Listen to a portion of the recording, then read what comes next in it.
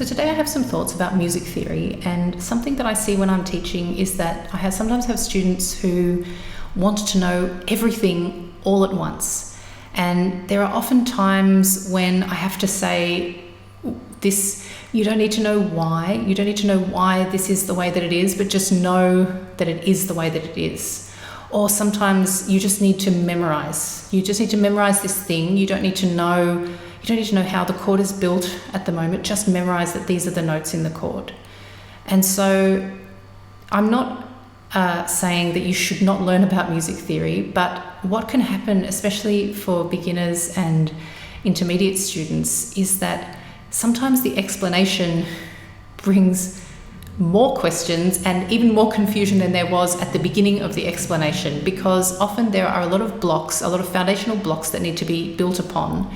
And sometimes the answer to the question requires a lot of additional explaining, a lot of additional knowledge about the basics of music theory. So if you don't have those foundational blocks, then giving the explanation for this block that sits up here, it's not going to help you at this point. It's not going to help you play your instrument better, and it may not even help you understand the music you're playing better because there are missing pieces further back in the chain. So sometimes you just have to be patient and know that you will eventually understand this complex theoretical concept, but today you don't need to understand it. You just need to know that it exists. You need to know it exists because your teacher has told you it exists, or you've read somewhere that it exists, but you don't necessarily need to know why to get better at playing your instrument today. So I'm in no way telling you not to learn about music theory. I think everybody should learn about music theory from day one of their lessons, because the earlier you learn, the more empowered you are as a musician to play, and it maybe even compose the way that you want to compose or play. So definitely start learning about music theory. But if there is a concept that doesn't make sense to you and it's really it's making you feel like you don't know enough about music, so you're not good enough and that you'll never be able to understand, know that you're probably just missing a few chains in that link. So you don't need to understand this concept up here. For now, you can play music, you can work on your instrument, you can get better without knowing why this thing is the way that it is. And as you add those bits of knowledge further back in the chain, eventually this thing that seems like a big confusing cloud will resolve itself and everything will make sense. So sometimes it's just about having patience, and if you're learning with a teacher, trusting your teacher when they say that it is the way that it is. It's going to take us too long to explain this because we've got to explain 5 things back down the line. So just play, just know that it is the way that it is, and eventually all of these theoretical problems will come clear. So keep working on your theory, but also keep working on your playing, and don't let a lack of music theory knowledge hold you back from doing work on your instrument, and also doing work composing or improvising or writing songs. You can all do all of that stuff while you build up the knowledge of music theory.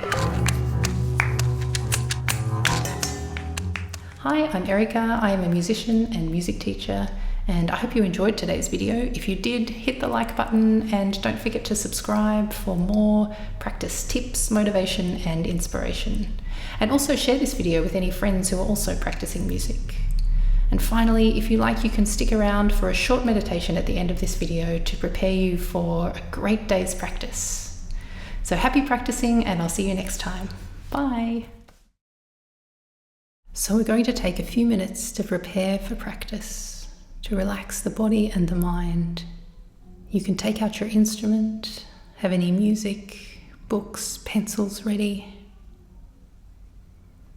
Then you can sit or stand with your instrument or without.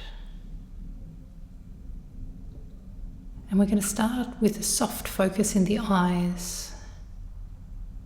Bring your awareness to the space you're in. Notice any sounds in the room, any smells.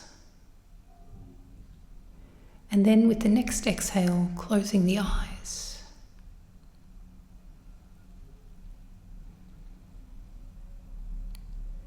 And we bring our awareness in to our bodies, feeling the weight of the body on the chair, or feeling the feet connected with the floor, maybe feeling the instrument in your hands, its texture under your fingers, and then bringing the awareness further in still to the breath and to the place where you feel it, maybe the nose, the throat, the chest, the diaphragm, feeling the rise of each inhale and the release of each exhale.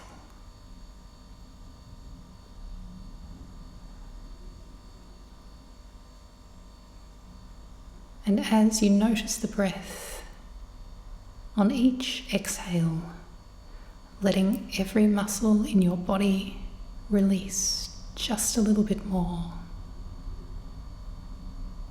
Each exhale brings more relaxation to the body and more stillness to the mind. And if thoughts arise, just let them do what it is they want to do. Maybe they float by, maybe they stay. Just bringing your awareness back to the breath, back to each inhale, and to the release of the exhale.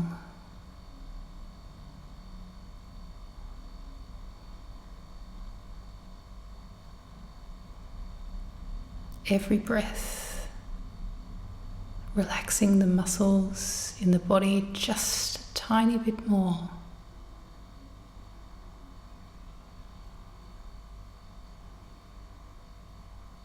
And then bringing the awareness back out to the body, to the weight of the body in the chair, the feeling of your feet connected to the floor, the feeling of your instrument under your fingers. Then bringing the attention further out into the space, noticing any sounds in the room, however small they might be. And then gently blinking the eyes open, ready to start practice for the day.